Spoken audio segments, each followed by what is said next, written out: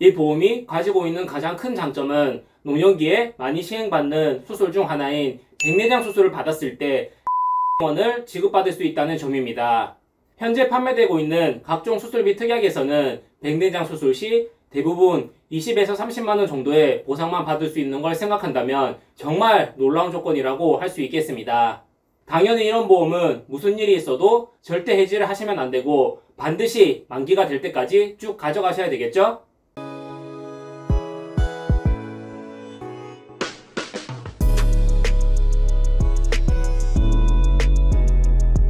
반갑습니다. 보험라이프 김팀장입니다. 오늘의 주제는 정말 최악의 상황이 닥치더라도 절대 함부로 해지를 하면 안 되는 보험입니다.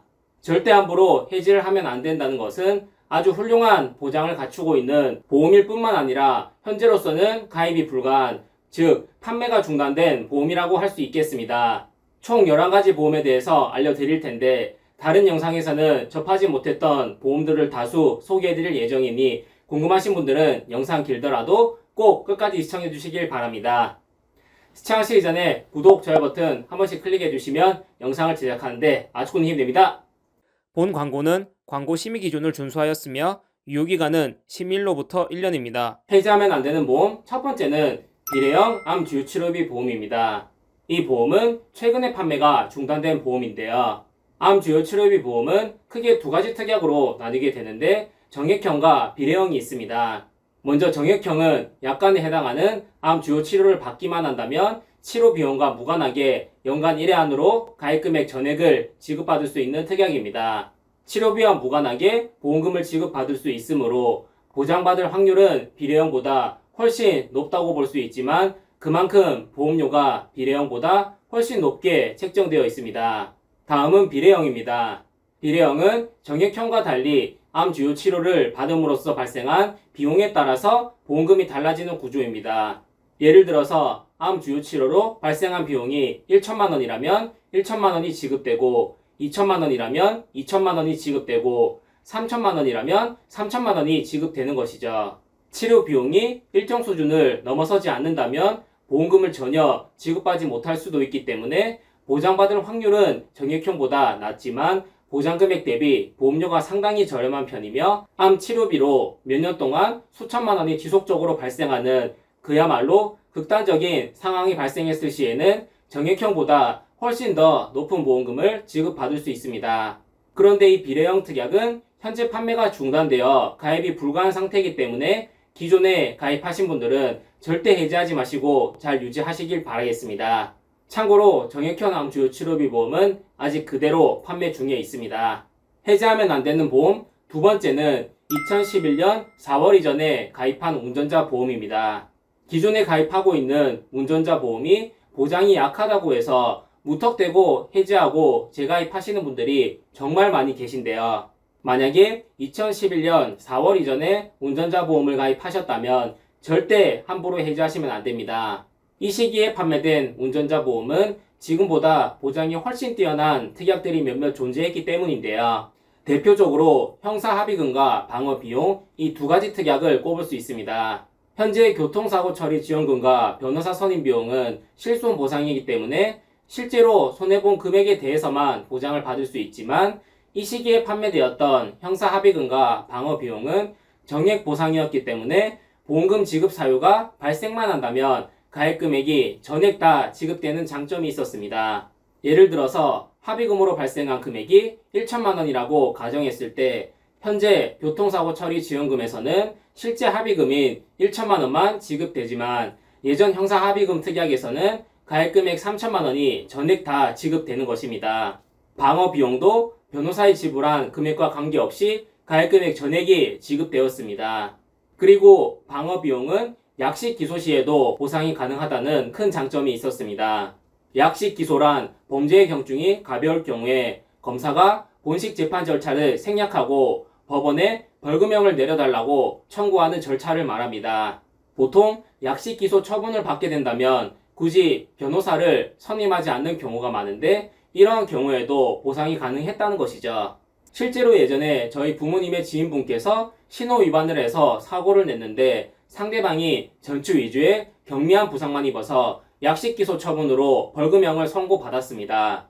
다행히 운전자 보험에 가입되어 있으셔서 벌금 금액에 해당하는 금액을 모두 보상받으셨고, 여기에 추가적으로 방어비용 특약에서도 가입금액 전액에 해당되는 금액을 보험금으로 수령하셨습니다.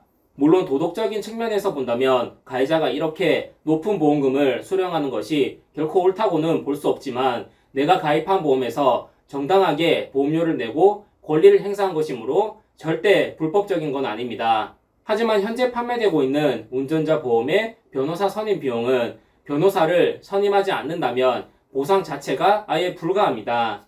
물론 예전 형사합의금과 방어 비용은 현재 운전자 보험에 비해서 보장 금액이 현저히 낮아 보장이 꼭 필요하긴 하지만 이렇게 좋은 특약을 해지할 필요는 전혀 없다고 생각합니다. 그리고 면허정지 위로금, 면허 취소 위로금 등의 특약도 현재는 판매가 중단된 가입자분들께 아주 유리한 특약이니 제발 기존 운전자 보험 함부로 해지하지 않으셨으면 좋겠습니다. 2011년 4월 이전에 운전자 보험을 가입하셨다면 기존 보험을 유지하면서 이렇게 필수 법률 특약들만 저렴하게 보완해 주시면 되겠습니다. 해지하면 안 되는 보험 세 번째는 2010년대 초반까지 판매되었던 암 입원 일당입니다. 요즘 판매되고 있는 암 입원 일당 같은 경우에는 일반 병원과 요양병원을 따로 구분하여 요양병원 입원 시에는 보장 금액을 1, 2만원 수준으로 굉장히 낮게 제한하고 있습니다. 일반 병원 입원 시에는 최대 보장 금액이 10만원 이상인 걸 감안한다면 거의 10분의 1 정도 수준밖에 안 되는 것이죠. 하지만 2010년대 초반까지 판매되었던 암 입원 일당 같은 경우에는 일반 병원과 요양병원을 구분짓지 않았는데요. 즉, 해당 특약을 갖고 계시다면 요양병원 입원 시에도 일반 병원과 동일한 보장 금액으로 보장을 받으실 수 있습니다. 암 치료 기간이 길어지게 된다면 요양병원에 입원하여 치료를 받게 되는 경우가 종종 발생하게 되는데, 이러한 상황이 닥쳤을 때 이 특약이 가입되어 있다면 아주 큰 도움을 받을 수 있겠죠. 다만 해당 특약도 특약 명칭에는 직접 치료가 명시되어 있지 않지만 약관상에는 암의 치료를 직접적인 목적으로 해야 한다고 나와 있으므로 요양병원 입원 시 보험사와 보상의 분쟁이 아예 없다고는 볼 수 없습니다. 하지만 요양병원 입원을 아예 별도의 특약으로 분리해 놓고 소액만 보상해주는 현재의 암 입원 일당보다는 훨씬 더 가치가 높은 특약이라는 건 자명한 사실입니다. 따라서 이 특약을 가지고 계시다면 절대 함부로 해지하지 마시길 바랍니다. 해지하면 안 되는 보험 네 번째는 1990년대에서 2000년대 초반에 가입한 확정금리형 저축성 보험입니다. 이 시기에 판매되었던 연금보험이나 만기환급형 보험 등의 저축성 보험은 지금으로서는 상상하기 힘든 7에서 10% 수준의 고금리를 적용받았던 상품들이 있었습니다. 이 정도의 고금리를 적용받았다는 건 해지환급금 및 적립금이 쌓이는 속도가 지금과는 비교할 수 없을 정도로 빠르다고 생각하시면 됩니다. 따라서 이 시기에 저축성 보험을 가입하셨다면 해지할 이유가 정말 하나도 없다고 생각합니다. 이건 너무 당연한 이야기니 빠르게 넘어가겠습니다. 해지하면 안 되는 보험 다섯 번째는 2010년도 이전에 가입했거나 3억 원 한도로 가입한 일상생활 배상 책임 특약입니다. 흔히 일배책으로도 불리는 일상생활 배상 책임 특약은 타인의 신체나 재물이 피해를 입혔을 때 최대 1억 원까지 보장을 받을 수 있는 가성비계의 대장이라고 할 수 있는 특약입니다. 자전거를 타다가 주차된 차와 충돌하여 차를 훼손시킴, 길을 걷다가 실수로 행인의 손을 쳐서 휴대폰을 깨트림, 친구 집에서 놀다가 실수로 TV를 깨트림, 이렇게 일상생활에서 종종 발생할 수 있는 사고들에 대해서 보장해주고, 심지어 거주하고 있는 집에서 일어난 사고까지도 일부 보상을 해주기 때문에 활용도가 상당히 높은 특약이라고 할 수 있는데요. 2009년 7월까지 판매되었던 배상책임 특약은 비갱신형의 자기부담금도 2만원 밖에 되지 않았습니다. 하지만 현재는 갱신형으로만 가입이 가능하며 자기부담금도 대물사고 시 20만원, 누수사고 시 50에서 100만원으로 상당히 높아졌기 때문에 해당 특약을 갖고 계시다면 절대 해지하지 마시고 잘 유지하시길 바랍니다. 그리고 예전에 일부 회사에서만 판매되었던 3억원짜리 배상책임 특약을 갖고 계신 분들도 해지하지 말고 잘 유지하시는 게 좋습니다. 현재는 모든 보험사에서 최대 1억원까지만 가입이 가능하기 때문이죠. 남한테 3억원이나 피해를 입힐 일이 뭐가 있을까? 이렇게 단순하게 생각하실 수도 있는데요. 앞서 제가 집에서 발생한 사고도 보장이 가능하다고 말씀드렸었죠. 만약에 거주 중인 아파트에서 화재가 발생한다면 윗집, 아랫집, 옆집 등 이웃집에게 발생한 피해 금액이 수억 원에 달할 수 있습니다. 이러한 최악의 상황이 닥쳤을 때 3억 원짜리 배상 책임 특약을 갖고 계시다면 정말 큰 도움을 받으실 수 있을 것입니다. 해지하면 안 되는 보험 여섯 번째는 2000년대 중반까지 판매되었던 갑상선암을 일반암으로 보장해주는 암보험이나 2019년도부터 2022년도까지 판매되었던 유사암 한도가 높은 암보험입니다. 갑상선암은 암 중에서 발생률이 높은 편에 속하는데 특히 여성 기준으로는 발생률 1, 2위를 다투고 있을 만큼 발생률이 상당히 높습니다. 그렇다 보니 요즘 판매되고 있는 암보험은 갑상선암을 일반암이 아닌 유사암으로 분류하여 일반암의 20%만 가입할 수 있게끔 제한하고 있습니다. 하지만 2000년대 중반까지 판매되었던 암보험은 갑상선암 진단 시에도 일반암으로 보상해주던 암보험들이 꽤 많이 있었습니다.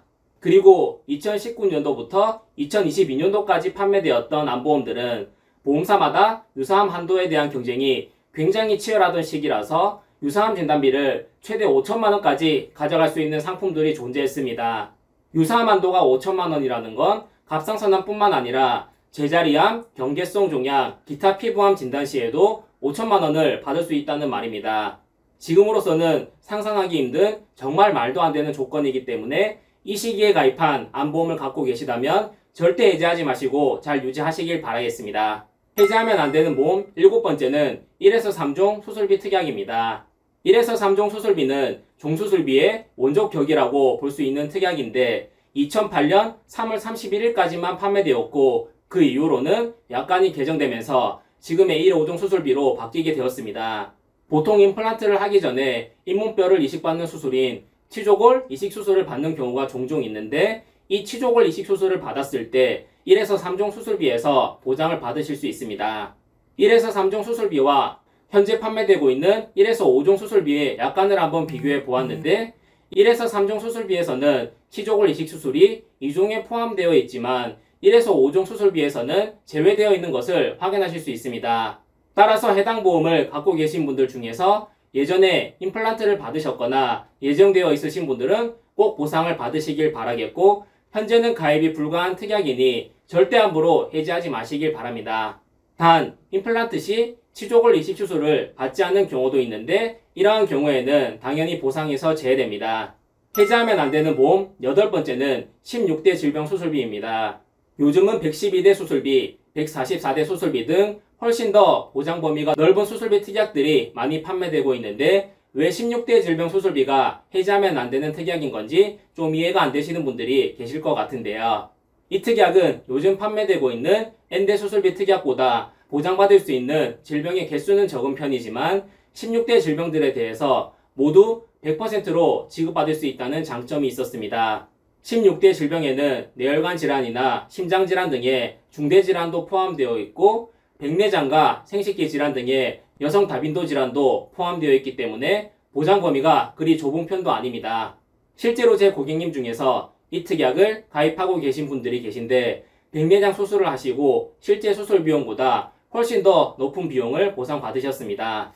현재 판매되고 있는 각종 수술비 특약에서는 백내장 수술 시 대부분 20에서 30만원 정도의 보상만 받을 수 있는 걸 생각한다면 정말 놀라운 조건이라고 할 수 있겠습니다. 제 개인적인 생각으로는 질병에 따라서 차등적으로 보험금이 지급되는 현 시점의 N대 수술비보다 이 16대 질병 수술비가 더 가치가 있는 특약이라고 생각합니다. 해지하면 안 되는 보험 아홉 번째는 일반 상해의료비 보험입니다. 보통 한방병원이나 치과에서 발생한 치료비는 실비에서 보장받을 수 있는 항목이 거의 없는데 일반 상해의료비에서는 치료비의 대부분을 보장받을 수 있습니다. 단 반드시 원인이 상해여야만 합니다. 그리고 산재보험이나 자동차보험에서 보상을 받아서 자기부담금이 전혀 발생하지 않은 사고에 대해서도 치료비의 50%를 중복 보장받을 수 있습니다. 제가 예를 한번 들어드리겠습니다. 교통사고가 발생하여 입원 치료를 일주일 정도 받았습니다. 본인 과실이 전혀 없는 사고라서 치료비 전액은 물론 휴업손해, 위자료 등등을 다 상대방 보험사에서 보상을 받았습니다. 이러한 경우에도 사고로 발생한 치료비 50%에 해당하는 금액을 일반 상해의료비로 보장받을 수 있다는 겁니다. 제가 말씀드리면서도 황당함이 느껴질 만큼 좋은 조건입니다. 상해 의료비에 약관을 한번 가져와 봤는데 상해를 입고 치료를 받은 때에는 보험가입 금액을 한도로 실제로 부담한 의료비 전액을 지급하여 드립니다 라고 되어 있습니다. 4번 항목이 보상하지 않는 손해에 해당되는데 보신용 투약 비용, 병실료 차액, 진료와 무관한 재비용 이 세 가지밖에 해당되지 않습니다.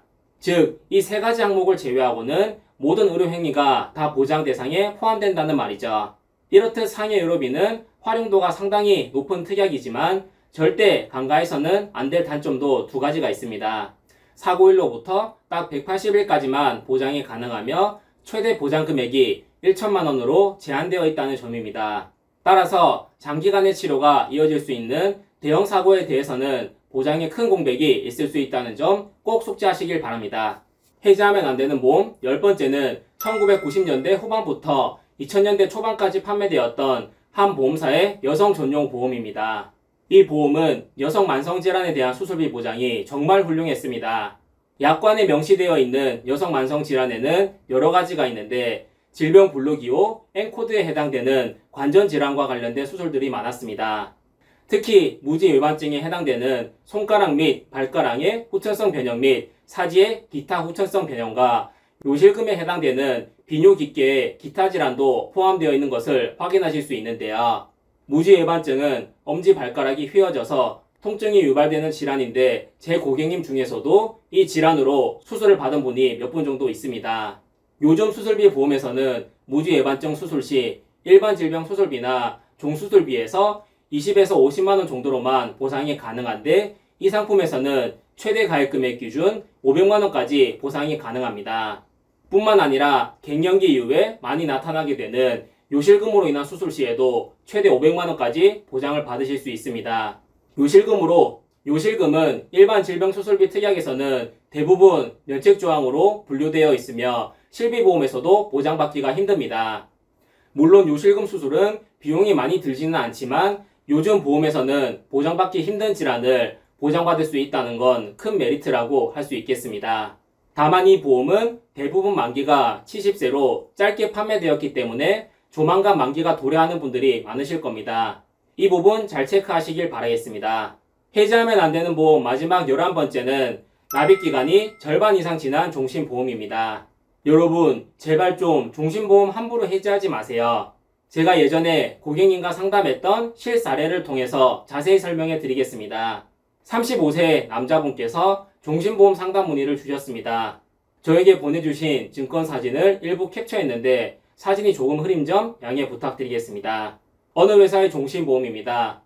계약 시점은 2005년이고 월 보험료는 69,300원입니다. 주계약으로 사망보험금이 4천만원 들어가 있고 나머지 부수적인 특약들이 몇 가지 들어가 있습니다.